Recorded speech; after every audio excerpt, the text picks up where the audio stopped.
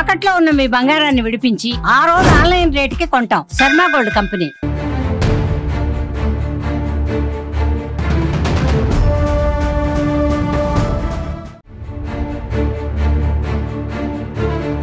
దేశం మొత్తం ఇప్పుడు ఒక నిజం కోసం ఎదురు చూస్తుంది. ఆ నిజం ఏంటి అంటే కర్ణాటకలోని పవిత్ర పుణ్యక్షేత్రమైన మంజునాథ స్వామి కొలువైన ధర్మస్థలలో ఎవరైతే పారిశుద్ధ కార్మికుడు చెప్పాడో 100 శవాలని తాను పాతిపెట్టారని, ఆ 100 శవాలు మహిళలు మైనర్ బాలికల శవాలని, ఆ శవాలు నిజంగానే పాతిపెట్టాడనే ప్రశ్నకి సమాధానం కోసం ఎదురు చూస్తుంది దేశం. నిజంగా 100 శవాలని 1998 నుంచి 2014 వరకు ఒక వ్యక్తి 100 శవాలని 100 మంది మహిళల శవాలని పాతి పెడుతుంటే లోకం కళ్ళు మూసుకొనుందా? నిజంగా ఒక్క శవం 2 శవాలనే దాచి ఉంచలేని స్థితిలో ఉన్న టెక్నాలజీ ఈ స్థాయిలో అభివృద్ధి చెందిన ఈ రోజుల్లో ఒక వ్యక్తి 100 శవాలని గుట్టు చప్పుడు కాకుండా నది ఒడ్డున, నేత్రావతి నది ఒడ్డున పాతి పెట్టాడంటే నమ్మగలమా? నిజంగా ఇలాంటి ప్రశ్నలు, ఇలాంటి సందేహాలు, నిజంగా ఈ వార్త వెలుగులోకి వచ్చిన తర్వాత ఇలాంటి అనేక సందేహాల నేపథ్యంలో సుమన్ టీవీ ఒక సాహసోపేతమైన రిపోర్టింగ్ చేసింది. నిజంగా ధర్మస్థలలో మహిళల మృతదేహాలు పాతిపెట్టిన దాంట్లో వాస్తవం ఉందా? నిజంగా ఆ పారిశుద్ధ్య కార్మికుడు చెప్పిన మాటల్లో నిజాలు ఎన్ని? అక్కడి ప్రజలు ఏమనుకుంటున్నారు? ఆ పారిశుద్ధ్య కార్మికుడు చెప్పిన మాటల్లో వాస్తవం ఎంతవరకు ఉంది అనే కోణంలో సుమన్ టీవీ ధర్మస్థలి క్షేత్రానికి వెళ్ళింది. ధర్మస్థలి క్షేత్రానికి వెళ్ళి అక్కడి ప్రజలతో మాట్లాడింది, అక్కడి గ్రౌండ్ రిపోర్ట్ని తెలుసుకుంది. అక్కడి ప్రజలు చెప్పిన మాటలు మీరు స్క్రీన్లో టెక్స్ట్ రూపంలో చూస్తున్నారు. అక్కడి ప్రజలు ధర్మస్థలిలో ఇటువంటి సంఘటనలు ఏమీ జరగలేదని చెప్తున్నారు. ఎందుకంటే ధర్మస్థలిలో ఆ మాజీ ఉద్యోగి, అతను పారిశుద్ధ్య కార్మికుడే కాదు, అతను టెంపుల్లో మాజీ ఉద్యోగి, టెంపుల్లోనే పారిశుద్ధ్య కార్మికుడుగా విజిల్ బ్లోయర్గా పనిచేశాడు. ఆ మాజీ ఉద్యోగి తాను ఒక కథ చెప్పాడు. ఆ కథ మొత్తం దేశవ్యాప్తంగా సంచలనం సృష్టించింది. ప్రస్తుతం అతను పోలీసుల రక్షణలో ఉన్నాడు. కోర్టు ముందు అతను తన చెప్పిన కథకు సంబంధించిన కొన్ని ఆధారాలని కూడా సమర్పించినట్టుగా పోలీసులు చెప్తున్నారు. ఈ అంశం పైన పోలీసులు విచారణ మొదలుపెట్టి ఏకంగా కర్ణాటక ప్రభుత్వం ప్రత్యేకమైన సిట్ని కూడా ప్రణబ్ మహంతి, అడిషనల్ డీజీపీ ప్రణబ్ మహంతి నేతృత్వంలో ఒక ప్రత్యేక సిట్ను కూడా ఏర్పాటు చేసింది. కానీ నిజమేంటి? 100 శవాల్ని పాతిపెట్టారా? ఒకసారి అతను ఏం చెప్పాడో ఆ కథలోకి వెళ్చుదాం. ఆ కథలోకి వెళ్ళిన ప్రాంతాలను చూపిస్తాం. ముందుగా మా స్క్రీన్లో మీరు చూడొచ్చు, ఏదైతే నేత్రావతి నది ఉందో ఆ నది పరివాహక ప్రాంతాన్ని ఒకసారి మా ఆన్లైన్ నేటర్ చెప్తున్నాను చూడండి. ఇదే నేత్రావతి నది. ధర్మస్థల క్షేత్రాన్ని చూసిన భక్తులందరికీ ఈ నది చాలా బాగా తెలుసు. ధర్మస్థల పరివాహక ప్రాంతాల్లో ప్రవహించే ఈ నేత్రావతి నది నిజంగా ఇక్కడ పుణ్యస్నానాలు ఆచరిస్తారు అక్కడికి వెళ్ళిన ప్రజలు. ఇప్పుడు కూడా నీరు ఫుల్గా ఉంది. ఇవాళ ఉదయం 9:30 మా సుమన్ టీవీ కెమెరా రికార్డు చేసిన వీడియో ఇది. ఈరోజు ఉదయమే 9:30 మేము మా సుమన్ టీవీ ప్రతినిధి బాలాజీ అండ్ టీం, మా చిక్బల్లాపూర్ టీం అక్కడికి వెళ్ళింది ధర్మస్థలకి. ధర్మస్థలలో ఈ విజువల్స్ని రికార్డ్ చేసింది. ఈ నేత్రావతి నది ఒడ్డునే ఎవరైతే ఆ పారిశుద్ధ్య కార్మికుడు చెప్తున్నాడో ఈ నేత్రావతి నది ఒడ్డునే నేను మహిళల శవాల్ని పూడ్చిపెట్టాను, మరికొందరి శవాల్ని కాల్చివేశానని చెప్తున్నాడు. తన చేతులతోనే 100కు పైగా మహిళల శవాల్ని పూడ్చానని చెప్తున్నాడు. అంతేకాదు ఆ శవాలని ఎందుకు నేత్రావతి నది ఒడ్డున పూడ్చాల్సి వచ్చింది అంటే ఎవరైతే హత్యకు గురైరో ఆ మహిళల దేహాలు అక్కడికి వచ్చినప్పుడు నదీ పరివాహక ప్రాంతాల్లో పూడ్చిపెడితే అవి తొందరగా కూలిపోతాయి కాబట్టి ఆ ఆలోచనతోనే ఈ నేత్రావతి నది ఒడ్డునే నేను పూడ్చిపెట్టానని చాలా స్పష్టంగా కోర్టు ముందు ఒప్పుకున్నాడు. జూన్ 3వ తేదీన ధర్మస్థల పోలీసుల దగ్గరకు వచ్చి ఇదే విషయాన్ని తను ఒక లేఖ ద్వారా, ఒక ఫిర్యాదు ద్వారా రాసి పోలీసులకు ఇచ్చాడు. ఇక్కడ అతిపెద్ద ప్రశ్న ఏంటంటే సిట్ నిజాలు తెలుస్తుందా లేదా పక్కన పెడితే ఈ వ్యక్తి చెప్పిన మాటల్లో వాస్తవం ఎంతుంది? ఈ వ్యక్తి ఎవరు? అతని మానసిక స్థితి ఏంటి? 2014లో ఆయన చెప్పిన మాటల ప్రకారం 1995 నుంచి 2014 వరకు తను ఈ 100కు పైగా శవాల్ని పాతిపెట్టానని చెప్తున్నాడు. తను చూసిన ప్రతి శవం పైన దాడి చేసిన, అట్లాగే లైంగిక దాడి చేసిన ఆనవాళ్ళు చూశానని చెప్పాడు. తను పాతిపెట్టిన శవాల్లో కొన్ని శవాల్లో మైనర్ బాలికలు ఉన్నారని చెప్పారు. ఒక బాలికనైతే ఏకంగా స్కూల్ యూనిఫామ్లో తీసుకొచ్చారు. ఆమెకి ఇన్నర్ వేర్ కూడా లేదు. ఆ స్కూల్ యూనిఫామ్ తోటే ఆ బాలికను పూర్తి చేశాను ఒక పెట్రోల్ బంక్ సమీపంలో అని చెప్పాడు. అంతేకాదు మరో మహిళ పైన యాసిడ్ పోసి తీసుకొచ్చారు. న్యూస్ పేపర్లో చుట్టి తీసుకొచ్చి ఆ మహిళకు ఆ డెడ్ బాడీని అప్పగించి ఆ డెడ్ బాడీని డీజిల్ వేసి తగలబెట్టమని నన్ను ఆదేశించారని బెదిరించాడని చెప్పాడు. అలా చాలామంది మహిళల ఒంటిపైన గాయాలు చూశానన్నాడు.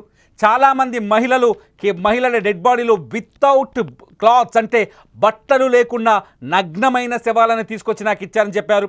ఈయన చెప్పిన మాటలు, ఈ పారిశుద్ధ్య కార్మికుడు చెప్పిన మాటలపైన సోషల్ మీడియాలో రకరకాల చర్చలు జరుగుతున్నాయి. కొందరైతే క్షుద్ర పూజలు చేశారు, వాళ్ళని చంపేసని చెప్తున్నారు. మరికొందరైతే చేతబడి చేశారని చెప్తున్నారు. పెద్ద పెద్ద ఇన్వెస్టిగేషన్ ఆఫీసర్లుగా ఈ మాట చెప్తున్నారు. కొందరు క్షుద్ర పూజలు చేశారని అనుమానిస్తున్నారు. ఎందుకంటే ఒక ధర్మస్థలి లాంటి ఒక అద్భుతమైన ప్రాంతం, మహాశివుడు ఏకంగా కొలువైన ప్రాంతం, మంజునాథ స్వామి కొలువైన ప్రాంతంలో ఇటువంటివి కొందరు దుర్మార్గులు చేసే అవకాశం ఉందని కూడా అంచనాలు వేస్తున్నారు. అంతేకాదు 2003లో అనన్య అనే ఒక డాక్టర్ MBBS చదివిందామే తన స్నేహితులతో కలిసి ధర్మస్థలి ఏరియాకు వచ్చింది.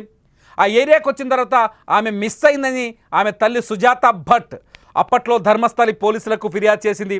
పోలీసులు పట్టించుకోలేదని అప్పట్లో ఆమె ఆరోపించిన ఆమె ఆ తర్వాత చాలా రోజులు కనిపించకుండా పోయింది. ఈ సుజాత భట్ ఎవరో కాదు, CBIలో గతంలో పనిచేసిన మహిళ.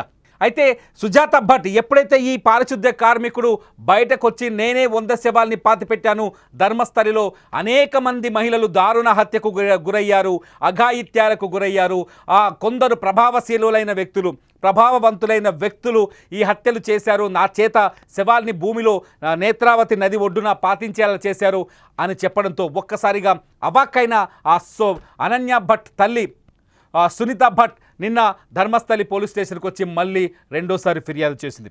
అట్ ది సేమ్ టైం సౌజన్య అనే మరో యువతి హత్య అక్టోబర్ 9, 2012లో జరిగింది.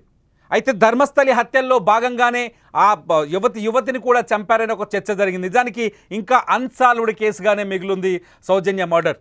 నిజంగా ధర్మస్థలిలో ఒక దైవ సన్నిధి ఉన్న చోట భక్తులు ఎక్కడైతే అత్యంత విశ్వాసంతో అక్కడికి వెళ్తారో, ఎక్కడైతే ఆ దేవుడు సంరక్షణలో ఉంటానని ధైర్యంగా ఫీల్ అవుతారో, ఎక్కడైతే ఆ భగవంతుడు తమని చాలా ధైర్యంగా రక్షిస్తాడని వెళ్తారో అటువంటి ప్రాంతంలో మహిళలకు ఇంతటి దుర్మార్గమైన దాడులు జరిగున్నాయా? అటువంటి ప్రాంతంలో మహిళల్ని ఇంత చిత్రహింసలు చేసి చంపేశారా? శివుణ్ణి అర్ధనారీశ్వరుడితో పోలుస్తారు. శివుడు అంటేనే, శివుడి అవతారం అంటేనే సగం పురుషుడు సగం మహిళ అని కొలుస్తారు. ఆ మహిళకి అంత ప్రాధాన్యత ఉన్న పుణ్యక్షేత్రంలో మహిళల పట్ల ఇంత దుర్మార్గమైన దాడి జరిగిందా? ఇన్ని దాడులు చేసిన వ్యక్తులు ఇంత ధైర్యంగా సమాజంలో తిరుగుతున్నారా?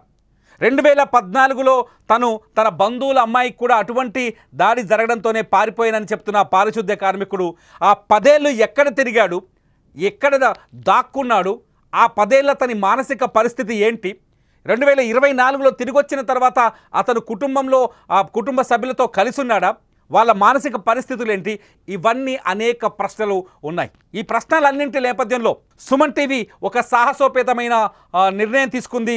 ధర్మస్థలికి వెళ్ళి గ్రౌండ్ రిపోర్ట్ని ఎంక్వైరీ చేయాలనుకుంది. అక్కడి ప్రజల మాటలేంటి, అక్కడి ప్రజల ఒపీనియన్ ఏంటి, ఈ 100 శవాల కథ వెనుకున్న వాస్తవాలేంటి అని తెలుసుకునే ప్రయత్నం చేసింది. ఒక్కసారి సుమన్ టీవీ ఎక్స్క్లూజివ్గా రికార్డు చేసిన ఆ ధర్మస్థలి ప్రజల మాటల్ని మీరే వినండి. కన్నడ భాషలో ఉన్న మాటల్ని మీరు వినండి, తెలుగులో నేను మీకు ఎక్స్ప్లెయిన్ చేస్తా. ಅಲ್ಲ ಟ್ಯೂಬ್ ಏನೋ ಅದು ಪಕ್ಕ ನಮ್ಗೆ ಹೇಳಕ್ಕೆ ಬರಲ್ಲ ಅಂತ ಸಣ್ಣ ಟ್ಯೂಬ್ ಅನ್ನು ಹಿಡ್ಕೊಂಡು ಏನೇನೋ ಕಥೆಗಳನ್ನು ಕಟ್ಟಿ ಅದಕ್ಕೆ ಬೇಕಾದ ಮಸಾಲೆಗಳನ್ನು ಸೇರಿಸಿ ಅದು ಇದು ಏನೇನು ಅದನ್ನು ಏನೇನು ಅಂತ ಹೇಳಿದ್ರೆ ಇದು ಪುತ್ತಲನ್ನು ಸುಕ್ರುಂಡೆ ಮಾಡಿ ಅದನ್ನು ಏನೇನೆಲ್ಲ ಮಾಡಿ ಕಥೆಗಳನ್ನು ಕಟ್ಟುವಂತ ಚಾನೆಲ್ಗಳು ಏನೆಲ್ಲ ಇದೆ. ಅದನ್ನ ನೋಡೋದು ನಮಗೆ ಆಶ್ಚರ್ಯ ಆಗ್ತದೆ. ಈಗ ಇಲ್ಲಿ ಮಾಡಿ ಹತ್ತಿರದ ಮಲಯಾಳಿ ಚಾನೆಲ್ಗಳಿಗೆ ಅದು ಏನೇನೋ ರವಾನೆ ಮಾಡ್ತಿದ್ದಾರೆ, ಯಾವ್ಯಾವುದೋ ಕಾಡನ್ನು ತೋರಿಸುತ್ತಿದ್ದಾರೆ ಮಲಯಾಳಿ ಚಾನೆಲ್ಗಳಿಗೆ. ಆ ಮಲಯಾಳಿ ಚಾನೆಲ್ಗಳಲ್ಲಿ ಅಲ್ಲಿ ಭಕ್ತರು ಎಷ್ಟು ಇದ್ದಾರೆ. Social media has a power in Indian constitution. We have separate page for that. So we have to educate the people in the serious and real manner. Should not violate the rules and regulations, spreading fake news, fake things about villagers, people who work here, all. So all villagers are hurted here. Because some people say, I'm working in Bangalore. When I come here, people used to ask, what happened to your village? Why these news are coming? So some of the people all have visited here. They know the real incident. They comes weekly, monthly. You can simply do a campaign here. You can ask any tourist randomly about their experience. They will share the well experience. But people are not believing in the judiciary system also. See, I think 3-4 days back, SIT has been, they are a separate committee. Yeah, let's believe in the law. Let it happen. Let's give time for them. Before that, before the law says anything else, we should not spread the fake news and everything. Yeah, I respect to say that things. Some YouTubers also are deciding the issue. Dharmasthala Yes. They are deciding themselves. Yeah. They are the court, they are the judge, everyone. Yeah, then they can prove it, right? Yeah. They can prove it. See, court needs the proof, the live proof, the witness. Yeah, let them produce that one. And we are all happy. We are all happy that SIT has been created. Yeah, let the law decides what happens. Then ಕಡಿಮೆ ಅಂದ್ರೆ ಇವತ್ತಿನ ಜನಸಂಖ್ಯೆ ಲೆಕ್ಕಾಗಿ ಒಂದು 25,000-50,000 ಜನ ಇದ್ದಾರೆ.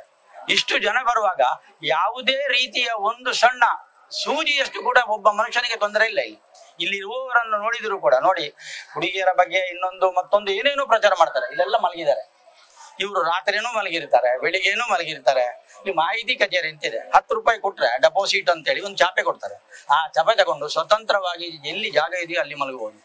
ಅವರನ್ನು ಯಾರು ಏನು ಮಾಡುವಂಗಿಲ್ಲ, ಯಾರು ಏನು ಮಾತಾಡಿಸುವುದಿಲ್ಲ, ನೀವು ಯಾರು ಏನು ಎಂಥದ್ದು ಕೇಳುವುದಿಲ್ಲ. ಅವರು ಅವರವರ ಕೆಲಸ ಮಾಡಿಕೊಂಡು ನೇತ್ರಾವತಿಯಲ್ಲಿ ಸ್ನಾನ ಮಾಡಿ ದೇವರ ದರ್ಶನ ಮಾಡಿ ಪ್ರಸಾದ ತಗೊಂಡು ಊಟ ಮಾಡಿಕೊಂಡು ಭಕ್ತಿಯಿಂದ ಹೋಗ್ತಾರೆ. ಷಡ್ಯಂತ್ರ ಮಾಡಿ ಅಪಪ್ರಚಾರವನ್ನ ಮಾಡಿ ಕ್ಷೇತ್ರದ ಹೆಸರನ್ನ ಹಾಳು ಮಾಡಬೇಕು ಅನ್ನುವ ಒಂದೇ ಉದ್ದೇಶದಿಂದ ಈ ರೀತಿ ಮಾಡ್ತಾ ಇದ್ದಾರೆ ಅವರು. ಧರ್ಮಸ್ಥಳದ ದೇವಸ್ಥಾನದ ಬಗ್ಗೆ ಮತ್ತು ಆಡಳಿತದ ಬಗ್ಗೆ ಮತ್ತು ಇಲ್ಲಿನ ವಿಚಾರಗಳ ಬಗ್ಗೆ ಅನೇಕ ಜನ ಹೊರಗಡೆ ಏನೋ ಒಂದಷ್ಟು ರೂಮರ್ ಹಬ್ಬಿಸ್ತಾ ಇದ್ದಾರೆ, ಪ್ರೊಪಗಾಂಡನ್ ಕ್ರಿಯೇಟ್ ಮಾಡ್ತಾ ಇದ್ದಾರೆ.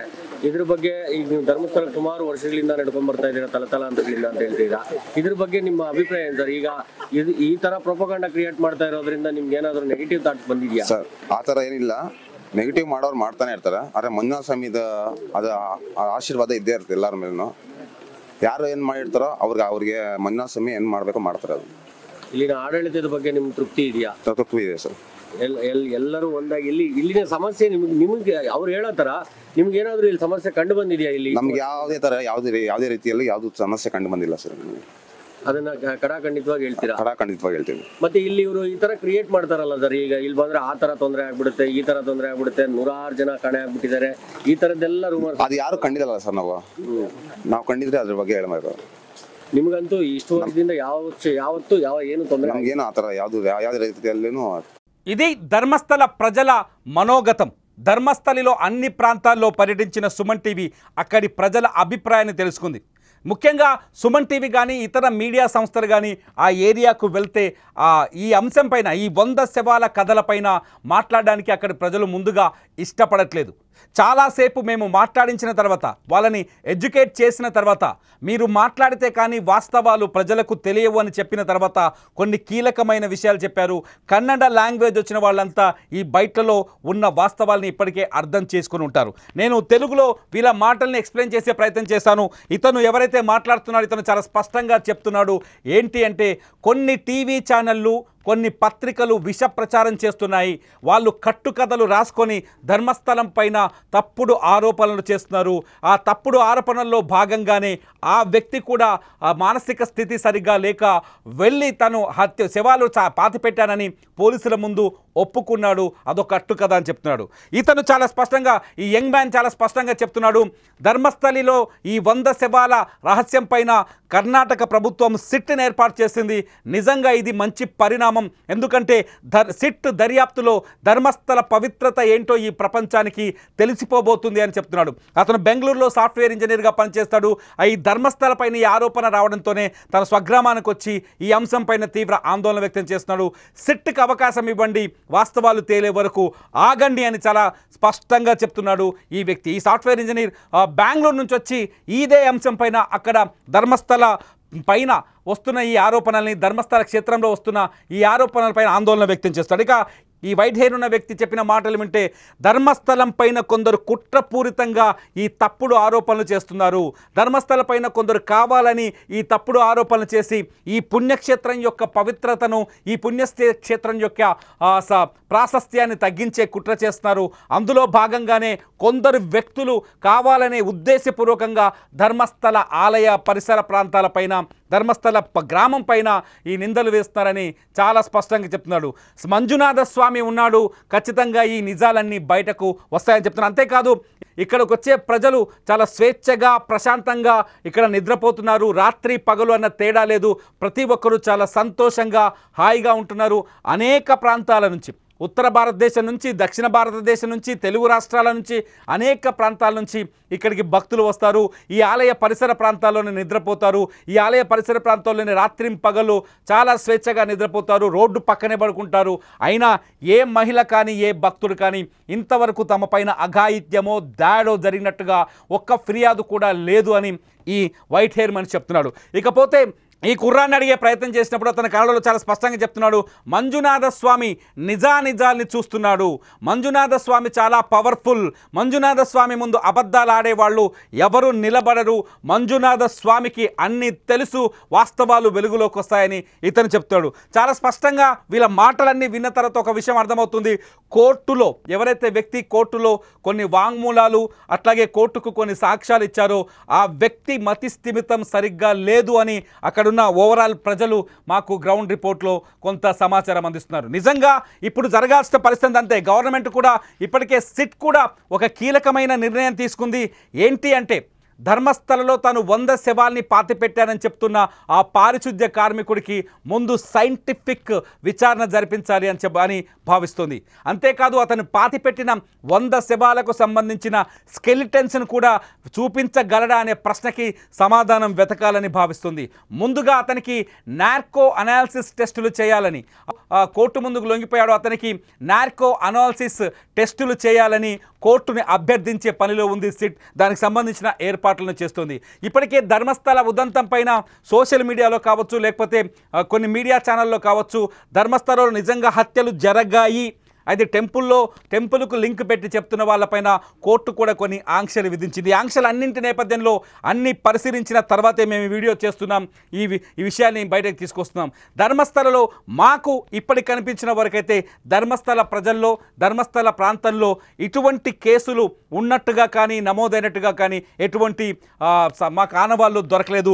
అక్కడి ప్రజలు ఈ 100 శవాల కథలనైతే నమ్మట్లేదు. కానీ ఇక్కడ అతిపెద్ద డౌట్ ఏంటి అంటే ధర్మస్థలంలో ఎప్పుడైతే 100 శవాల్ని పాతిపెట్టానని ఆ పారిశ్రామిక కార్మికుడు చెప్పాడు, అప్పుడే ధర్మస్థల పోలీస్ స్టేషన్లో డాక్టర్ అనన్య ఇష్యూ కావచ్చు, మరికొన్ని ఫిర్యాదులు కావచ్చు రావటం, ఇవన్నీ చూస్తుంటే కొంత మిస్టరీ అయితే దాగి ఉంది. ఈ మిస్టరీ వెనకాల ఏమైనా దారుణాలు జరిగాయా అనే కొన్ని అనుమానాలు అయితే కలుగుతున్నాయి. ధర్మస్థలంలో మరో వర్గం అయితే కొన్ని దారుణాలు జరిగాయని కూడా చెప్తున్నారు కొంతమంది గ్రామస్తులు.